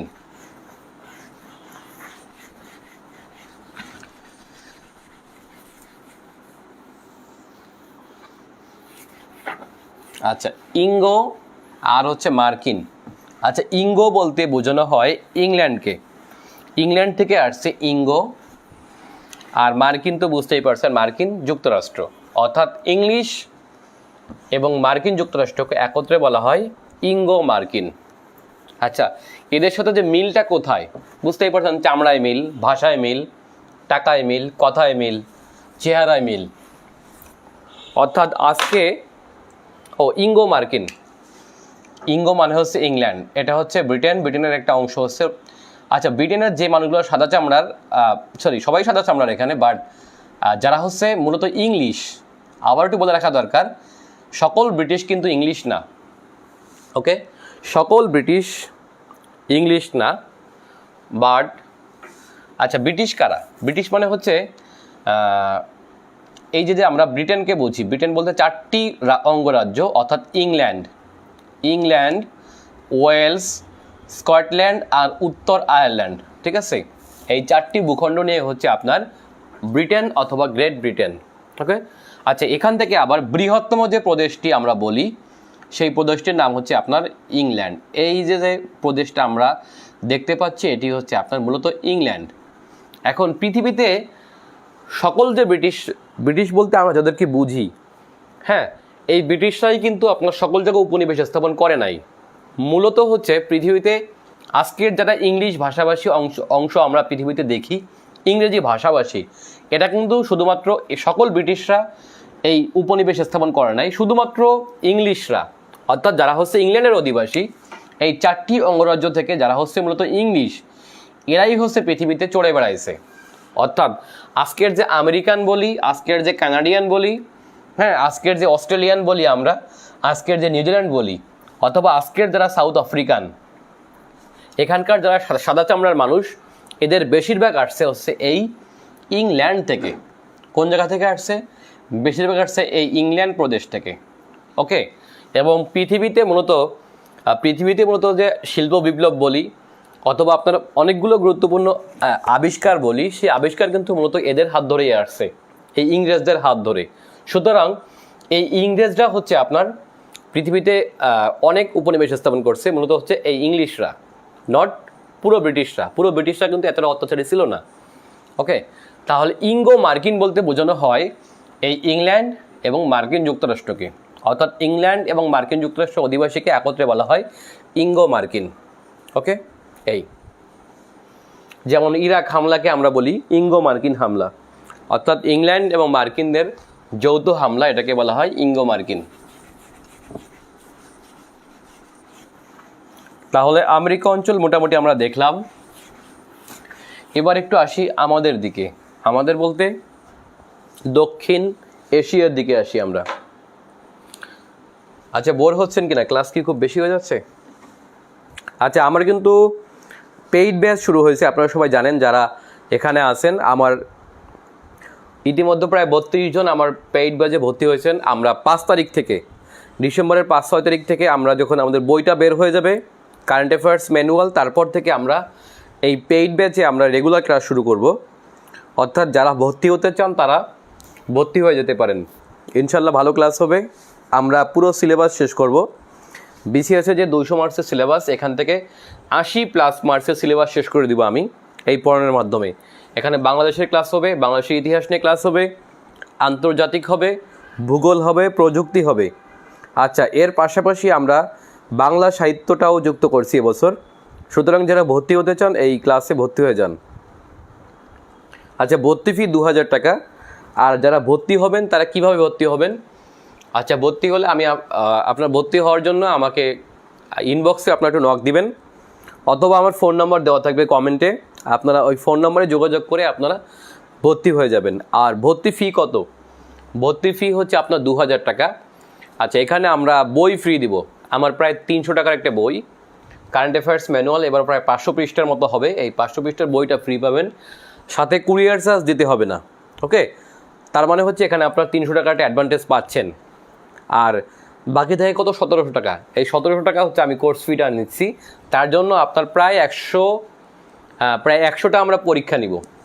অর্থাৎ যদি আমাদের ডিসেম্বরের প্রথম দিকে সার্কুলার হয়, এরপর থেকে হয়তোবা জুন বা জুলাইয়ের দিকে যদি পরীক্ষা হয়, তার মানে প্রায় আমরা 7 থেকে 8 মাস সময় পাবো এই পরীক্ষার জন্য।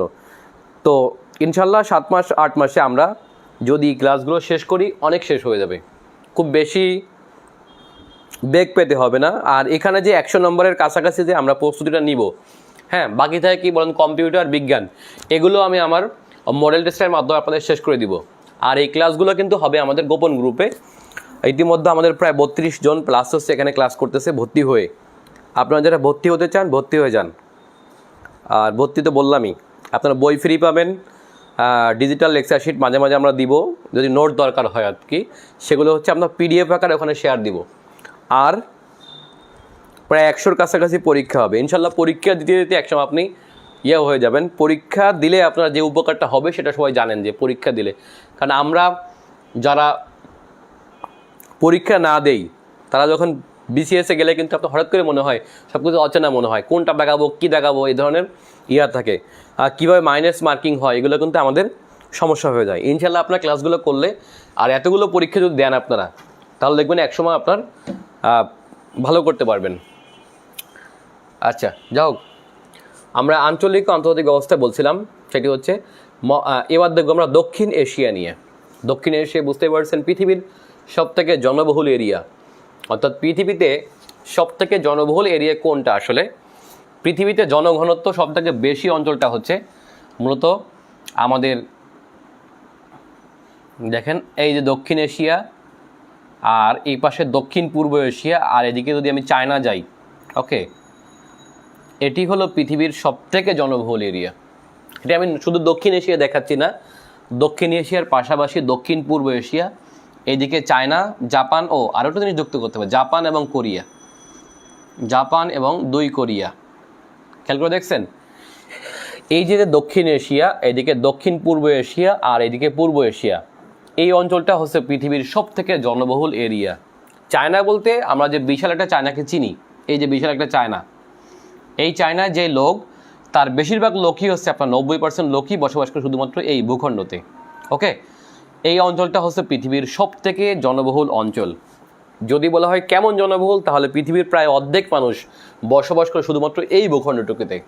বুঝতেই পারছেন, উত্তরে জাপান আর এই দিকে যদি পাকিস্তান পর্যন্ত আসি, এটা হচ্ছে পৃথিবীর সবথেকে জনবহুল অঞ্চল। সো এখানকার আঞ্চলিক ব্যবস্থাটা অনেক গুরুত্বপূর্ণ, এখানকার রাজনীতিও এর জন্য গুরুত্বপূর্ণ। তাহলে এবার আমরা দেখব এখান থেকে দক্ষিণ এশিয়া সম্পর্কে। হোয়াট ইজ দক্ষিণ এশিয়া? আচ্ছা, দক্ষিণ এশিয়ার একটা ভাগ আছে, দক্ষিণ এশিয়ার একটা ভাগ আছে এরকম যে, এটা কিন্তু আপনার একটু বলে রাখা যায় যে আঞ্চলিক ভাগগুলা কিছু কিছু ক্ষেত্রে হচ্ছে জাতিসংঘের মতে আঞ্চলিক ভাগগুলো একটু ভিন্ন রকম হয়ে থাকে।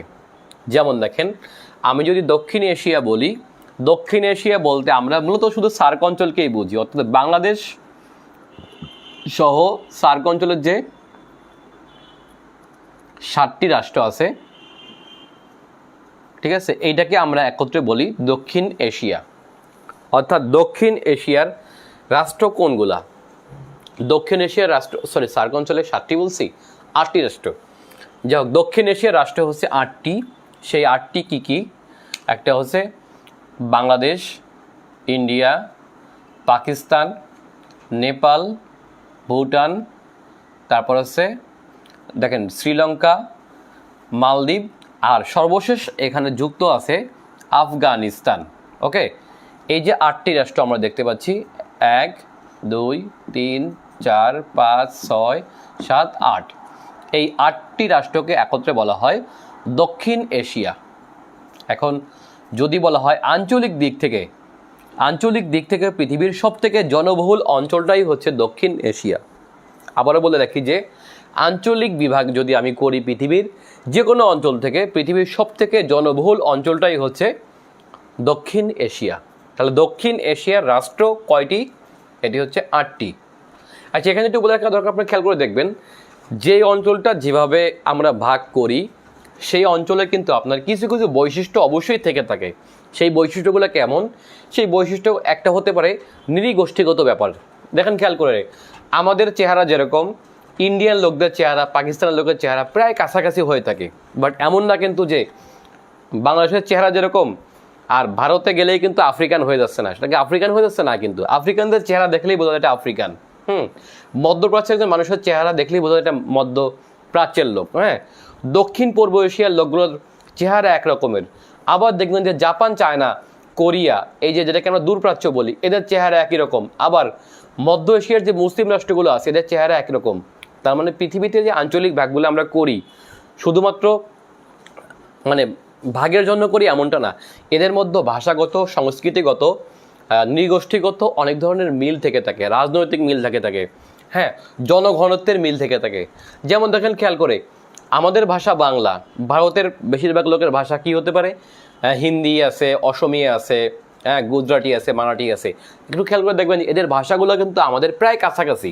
আমরা একেবারে বুঝি না এমন ভাষা না, যেমন অসমীয়া ভাষা, আমরা বেশিরভাগ লোক কিন্তু অসমীয়া লেখাও পড়তে পারবো। হ্যাঁ, তার মানে হচ্ছে এটা কিন্তু শুধু ভাষাগত মিল না, অনেক ধরনের মিল থেকে থাকে এইসব আঞ্চলিক ভাগে। ওকে, তাহলে বুঝতেই পারছি এটা দক্ষিণ এশিয়া। দক্ষিণ এশিয়ার রাষ্ট্র কয়টি? 8টি।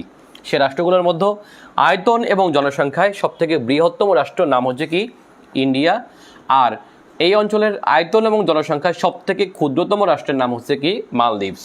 এখন শুধুমাত্র দক্ষিণ এশিয়া না, সমগ্র এশিয়া মহাদেশের আয়তন এবং জনসংখ্যায় সবথেকে ক্ষুদ্রতম রাষ্ট্রের নাম হচ্ছে এই মালদ্বীপস। ওকে, আচ্ছা, এখন এই দক্ষিণ এশিয়ার মধ্যে, দক্ষিণ এশিয়ার রাষ্ট্রগুলো আগেই বলছি সবথেকে জনবহুল রাষ্ট্র। এই সবগুলো রাষ্ট্রই মোটামুটি জনঘনত্বে পরিপূর্ণ। আর এখানকার বৃহত্তম রাষ্ট্র হচ্ছে কোনটা? ইন্ডিয়া।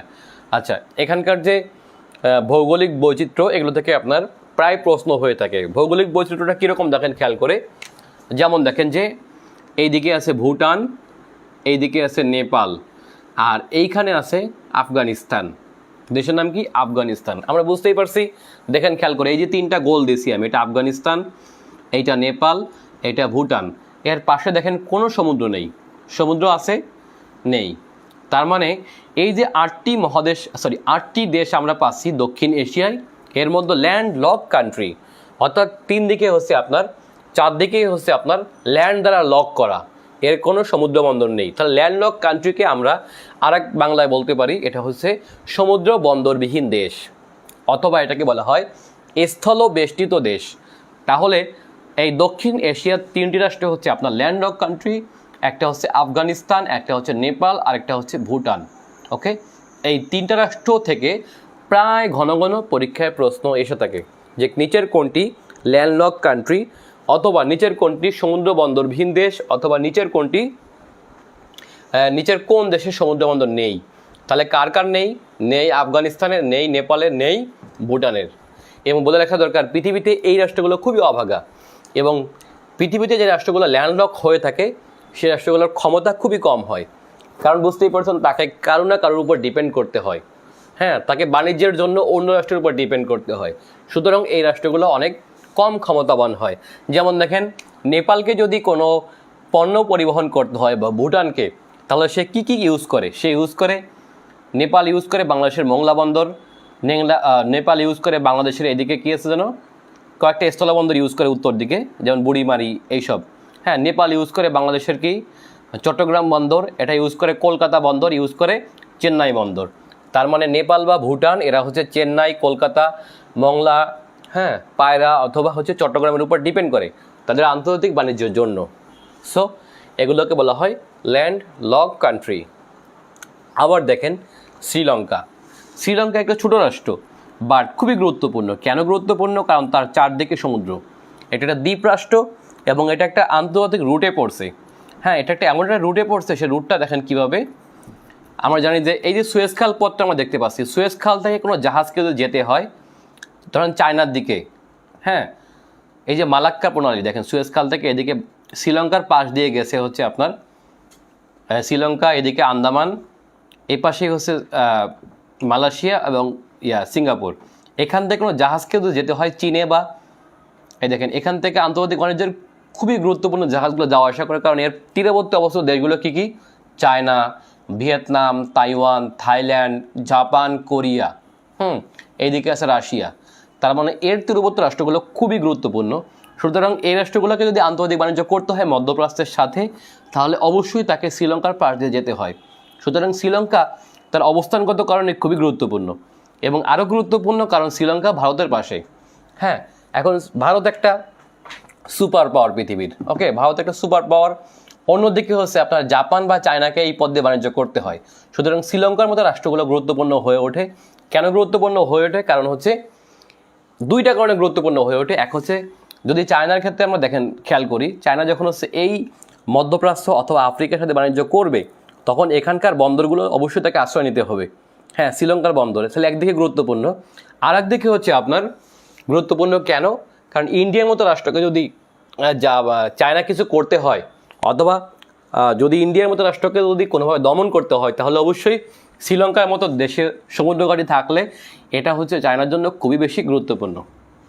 বুঝতে পারছি? সো এই কারণে একটি রাষ্ট্র গুরুত্বপূর্ণ হয়ে ওঠে, যেমন শ্রীলঙ্কা গুরুত্বপূর্ণ। আবার এই যে গুরুত্বপূর্ণ ব্যাপারটা আমরা বুঝি, চায়না যে কারো জন্য বন্ধুত্বের হাত বাড়ায়, এই হাতটা কিন্তু সবসময় শুভ হয় না। কেন শুভ হয় না দেখেন খেয়াল করে। চায়নার একটা নতুন ডিপ্লোম্যাসি আসছে, এটি হচ্ছে ডেপ ডিপ্লোম্যাসি। ডেপটা কি দেখেন, যে ডেপ মানে ঋণ, এটা হচ্ছে আপনার কোনো রাষ্ট্রকে ঋণের ফাঁদে ফেলে দেবে। যেমন দেখেন চায়নার বিনিয়োগ নিয়ে চায়নার বিনিয়োগ নিয়ে শ্রীলঙ্কা অনেক উন্নত হয়েছে, বিশেষ করে 90 দশকের পরে। চায়নার বিনিয়োগ নিয়ে একটু ইন্ডিয়াকে চাপে ফেলার জন্য হোক, যেভাবে হোক না কেন, শ্রীলঙ্কার একাধিক বন্দর চায়না কী করছে, হাতে নিতে চাইছে। ওকে, হাতে নেওয়ার জন্য হচ্ছে শ্রীলঙ্কা হিউজ পরিমাণ ঋণ দিছে। এখন বুঝতেই পারছেন, ঋণ তো নেওয়ার সময় খুব ভালো লাগে, কিন্তু শোধ করার সময় অনেক খারাপ লাগে, তাই না? শোধ করতে গেলে অনেক বেশি খারাপ লাগে, যেটা শোধ করবো কীভাবে।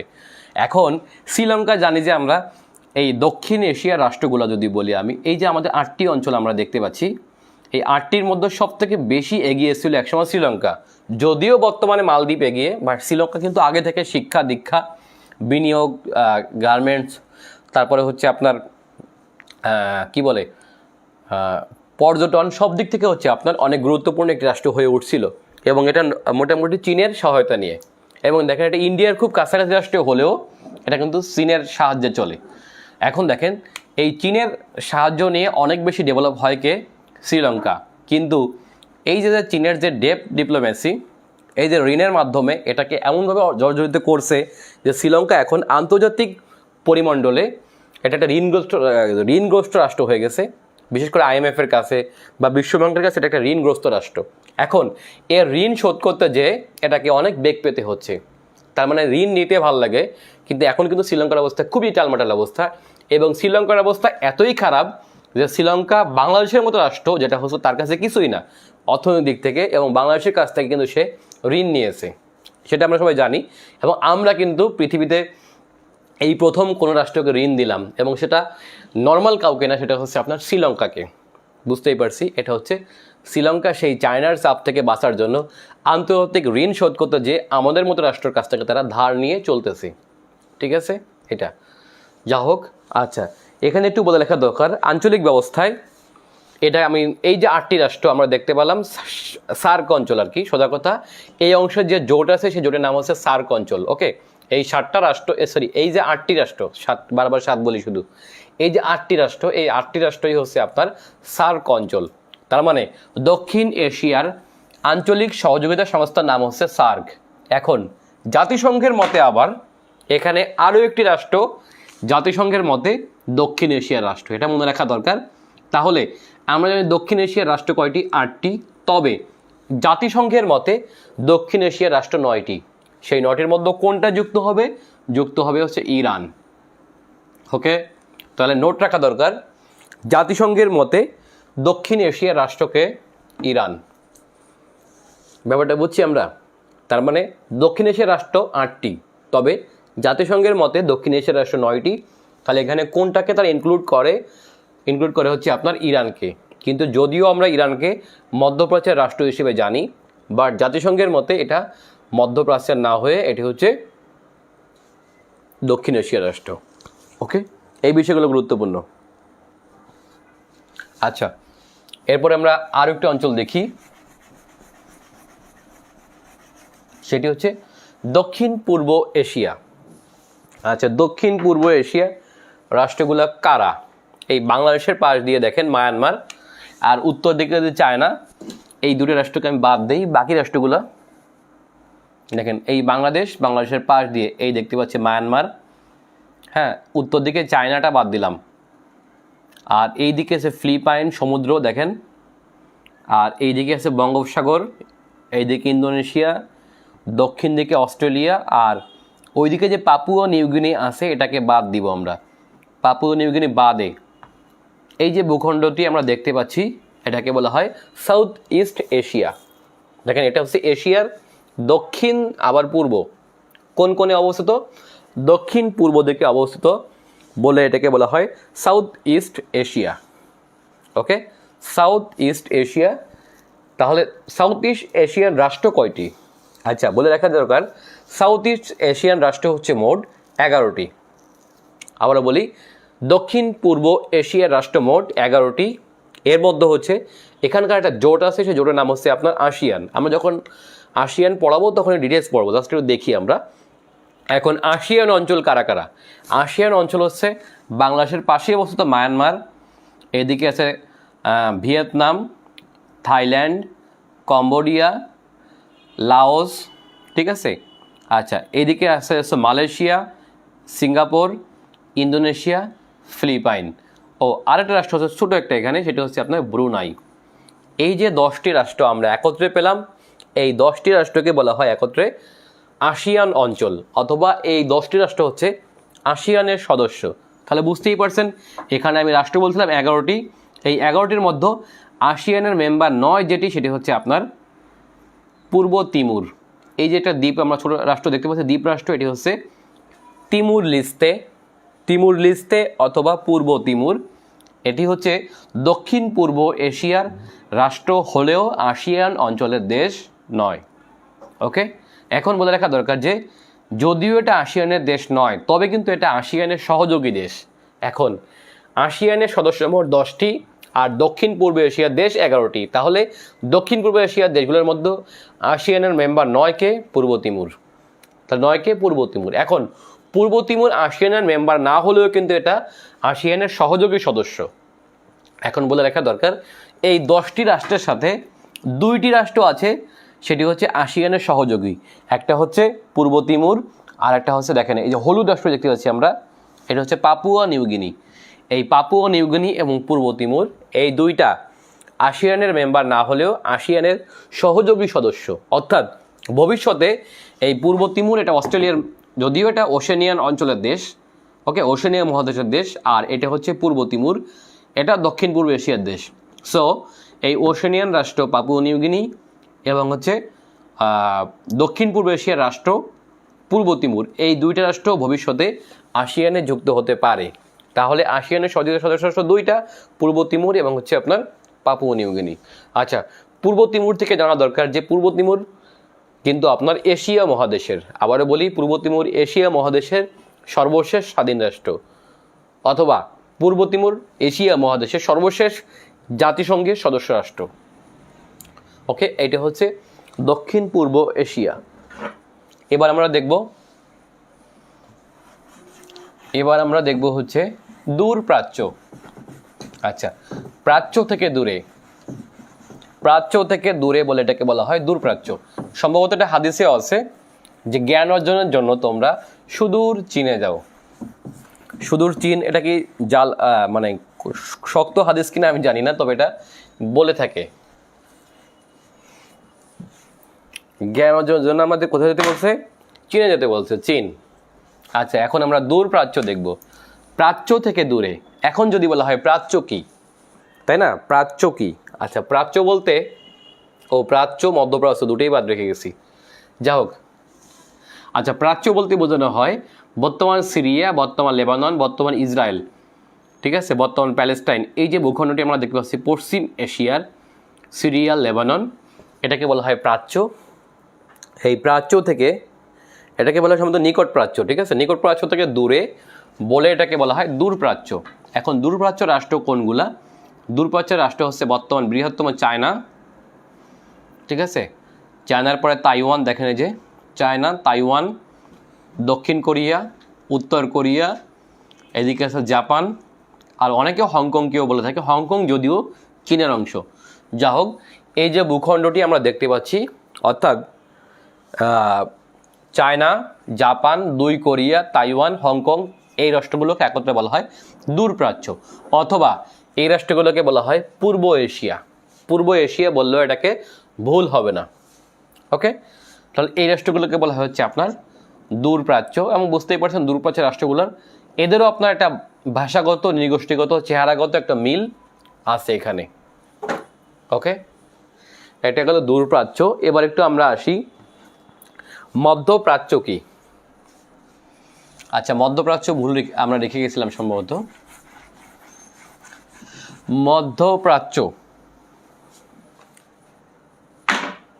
মধ্যপ্রাচ্য বলতে বেশিরভাগ আরবি ভাষাভাষী অঞ্চলকে মধ্যপ্রাচ্যের দেশ হিসেবে গণ্য করা হয়, বাট সব আরবি ভাষা দেশ না। এশিয়ার এইদিকে ইরান, ইরান থেকে এই পাশে আছে তুরস্ক, আর এইদিকে যেই দ্বীপ যা আছে না কেন সেগুলো সহ আফ্রিকার ইজিপ্ট মানে হচ্ছে মিশর সহ লোহিত সাগরের থেকে এডেন সাগর থেকে অ্যারাবিয়ান সি মাঝখানের যে ভূখণ্ডটি আমরা দেখলাম এটিকে বলা হয় মধ্যপ্রাচ্য। আচ্ছা, এখন মধ্যপ্রাচ্যের রাষ্ট্রগুলা বেশিরভাগ পড়ছে এশিয়ায়। আবারও বলে রাখা দরকার, মধ্যপ্রাচ্যের রাষ্ট্রগুলা বেশিরভাগ পড়ছে এশিয়ায়। এখন আরব উপদ্বীপের সকল রাষ্ট্র, মধ্যপ্রাচ্য যখন বলবো তখন একটা বিশাল অংশকে বোঝানো হবে। আরব উপদ্বীপের, আগেই বলছি আরব উপদ্বীপ কারা, বুঝতেই পারছেন। আরব উপদ্বীপের সকল রাষ্ট্র প্লাস গালফ সাগরের তীরবর্তী রাষ্ট্রগুলো, অর্থাৎ ইরান সহ, ইরান ইরাক সহ এপাশে আসলে আপনার দেখেন পশ্চিম এশিয়ার সকল রাষ্ট্র, অর্থাৎ পশ্চিম এশিয়ার রাষ্ট্রগুলো কারা, ওই যে নিকট প্রাচ্য যাই বলি না কেন, ইসরায়েল, প্যালেস্টাইন, সিরিয়া, লেবানন, হ্যাঁ, এদিকে যে ক্ষুদ্র ক্ষুদ্র রাষ্ট্রগুলো আছে সেগুলো সহ সাথে যুক্ত হবে তার্কি। ওকে, তার্কি যুক্ত হবে। আর যুক্ত হবে দেখেন এখানে একটা ইউরোপিয়ান দ্বীপ রাষ্ট্র, এটা হচ্ছে সাইপ্রাস, নাম হচ্ছে সাইপ্রাস। ওকে, সহ এইদিকে এসে আফ্রিকার ভূখণ্ড ইজিপ্ট বা মিশর, এই রাষ্ট্রগুলোকে একত্রে বলা হয় মধ্যপ্রাচ্য। এখন দেখেন এই মধ্যপ্রাচ্যের রাষ্ট্রগুলোর একটা বৈশিষ্ট্য আছে, সেটি হচ্ছে বেশিরভাগ দেশ, নট সবাই, আমি বললাম যে বেশিরভাগ দেশ হচ্ছে আপনার মুসলিম প্রধান। যেমন বুঝতেই পারছেন এখানে অ্যারাবিয়ান রাষ্ট্রগুলো সৌদি, ইয়েমেন, ওমান, ইউএই, এগুলো হচ্ছে বেশিরভাগ হচ্ছে আপনার মুসলিম রাষ্ট্র। এখন বেশিরভাগ রাষ্ট্র মুসলিম হলেও কিন্তু অমুসলিম দেশ এখানে কি আছে, ইসরায়েল, এটা কিন্তু অমুসলিম দেশ, এটা ইহুদি প্রধান রাষ্ট্র, বুঝতেই পারছেন। আচ্ছা, আগেই বলছি যে এখানকার বৈশিষ্ট্য অনেক কিছু মিল আছে। যেমন দেখেন এখানকার বেশিরভাগ রাষ্ট্র ভাষাভাষী কি, সেটা হচ্ছে আপনার অ্যারাবিক ভাষাভাষীর দেশ, বাট অ্যারাবিয়ান অঞ্চল নয় এরকম দেশ আছে কারা আছে দেখেন, মধ্যপ্রাচ্যের রাষ্ট্র অথচ ভাষা অ্যারাবিক নয় এরকম রাষ্ট্র কি আছে, ইরান, এরকম রাষ্ট্র কি আছে, তার্কি বা তুরস্ক। এরা মধ্যপ্রাচ্যের দেশ হলেও ভাষা কি নয়, আরবি নয়। আচ্ছা, আবার একটা দেশ আছে ইসরায়েল। ইসরায়েলের ভাষা একসময় ছিল দুইটা, সেটা হচ্ছে হিব্রু এবং আরবি, বাট বর্তমানে আরবিকে তারা বাদ দিয়ে দিয়েছে রাষ্ট্রভাষা হিসেবে, বাদ দিলে বর্তমানে শুধুমাত্র হিব্রু। তার মানে মধ্যপ্রাচ্যে যে 18টার মতো দেশ আছে সেখান থেকে হচ্ছে 3টি রাষ্ট্রের ভাষা আরবি নয়, সেটিকে কে, তার্কি, সেটিকে কে ইরান, আর হচ্ছে আপনার ইসরায়েল। ওকে, ও আরেকটা দেশ আছে, এটা হচ্ছে আপনার ভুল বললাম, 4টে রাষ্ট্র, সেটা হচ্ছে সাইপ্রাস। এদের ভাষাও হচ্ছে আপনার আরবি না, ঠিক আছে। এই আচ্ছা, তারপরে হচ্ছে আপনার এখানকার যে বেশিরভাগ রাষ্ট্র হচ্ছে আপনার মুসলিম, বাট এখানে মুসলিম হলেও ইসরায়েল কিন্তু রাষ্ট্র দিক থেকে এটা মুসলিম রাষ্ট্র নয়। ওকে, আচ্ছা, ভাষা তো বললাম, অনেক ক্ষেত্রে এদের হচ্ছে মিল আছে। যেমন দেখেন বেশিরভাগ দেশ হচ্ছে পাহাড় সমৃদ্ধ, বাট পাহাড় সমৃদ্ধ দেশ নয় এরকম রাষ্ট্র হচ্ছে কি, লেবানন। লেবাননে কিন্তু আপনার এরকম পাহাড় পর্বত নেই, ঠিক আছে। যা হোক, এই বিষয়ে যখন আমরা বিস্তারিত পড়ব, যখন হচ্ছে আপনারা ক্লাস করবেন, এটা একটা অঞ্চল নিয়ে অনেকগুলো ক্লাস হবে, 4টা-5টা করে ক্লাস হবে, কারণ এই অঞ্চলের রাজনীতি খুবই গুরুত্বপূর্ণ। যেমন মধ্যপ্রাচ্য বাদ দিয়ে বিসিএসে প্রশ্ন হওয়া সম্ভব না, সোজা কথা, সেটা পিলিতে হবে না। আর লিখিততে অবশ্যই এখান থেকে বড় প্রশ্ন থাকবেই, এখান থেকে বড় প্রশ্ন আসে না এরকম কোনো বিসিএস নেই। যেমন সৌদির সাথে ইরানের সম্পর্ক, এটা কিন্তু আপনার এই যে 41তম বিসিএসের সঙ্গে লিখিততে আসছিল। সৌদি ইরান সম্পর্ক, অথবা ইরান তার্কি সম্পর্ক, তার্কি সৌদি সম্পর্ক, ইসরায়েলের সাথে প্যালেস্টাইনের সম্পর্ক। এখানকার রাষ্ট্রগুলো ক্ষুদ্র হলেও পৃথিবীর রাজনীতি নিয়ন্ত্রণ হয় এই অংশকে কেন্দ্র করে, অর্থাৎ পৃথিবীর বৃহত্তম সুপার পাওয়ার রাষ্ট্রগুলো কম বেশি হচ্ছে এই দেশগুলো নিয়ে হচ্ছে তার রাজনীতি করে থাকে। কারণ এখানে হচ্ছে আপনার তেলের আধার, এটা হচ্ছে গ্যাসের আধার, আবার এটা হচ্ছে ধর্মের আধার। বলতেই পারে এখান থেকে উৎপত্তি হয়েছে পৃথিবীর বৃহত্তম কয়েকটি ধর্ম। সো এই রাষ্ট্রগুলো অনেক বেশি গুরুত্বপূর্ণ। এই রাষ্ট্রগুলো আমাদের অনেক বিস্তারিত পড়তে হবে, যেমন ইয়েমেন সংকট, হ্যাঁ, তারপরে এইদিকে লিবিয়া সংকট। এগুলো হচ্ছে আমাদের শুধুমাত্র বিসিএস এর প্রিলিমিনারি না, আমাদের লিখিত পর্যন্ত এগুলো লাগে। যা হোক, আমরা পত্রপত্রিকা বলি, আমরা টেলিভিশন বলি, যেখানেই যাব না কেন এই মধ্যপ্রাচ্যের নিউজ থাকবেই। সো পৃথিবীর রাজনীতি আবর্তিত হয় মধ্যপ্রাচ্যকে কেন্দ্র করে, এটা নিঃসন্দেহে সত্য কথা। এবং পৃথিবীর যুদ্ধগুলো দেখবেন যে আপনার বেশিরভাগ যুদ্ধ এই অংশকে কেন্দ্র করেই হচ্ছে। যা হোক, তো আমরা ক্লাসগুলো বিস্তারিত করার জন্য আপনারা ভর্তি হয়ে যান। আর ভর্তিগুলা বললামই, আমরা 5-6 তারিখের পর থেকে আমরা ক্লাস শুরু করব, বইটা বের হলেই। হ্যাঁ, আর দেখেন আপনাদের সবথেকে বড় সুবিধা যে আমার বই আছে, আমরা বইটা দেখে দেখে পড়াবো। বইটা দেখে দেখে আমরা পুরো সিলেবাস শেষ করব, এবং এমনভাবে সিলেবাস শেষ করবো যেন আপনি এই ক্লাস থেকে অথবা আমার এই বই থেকে আপনারা 70+ অ্যান্সার করতে পারেন। ইনশাল্লাহ এটা পারবেন আপনারা। তো সবাইকে ধন্যবাদ জানিয়ে আজকের মতো শেষ করছি। যারা ভর্তি হতে চান তারা আমাকে ইনবক্সে নক দিন, আর আমি কমেন্টে ভর্তির পদ্ধতি দেখিয়ে দেবো। তো ধন্যবাদ সবাইকে, আসসালামু আলাইকুম।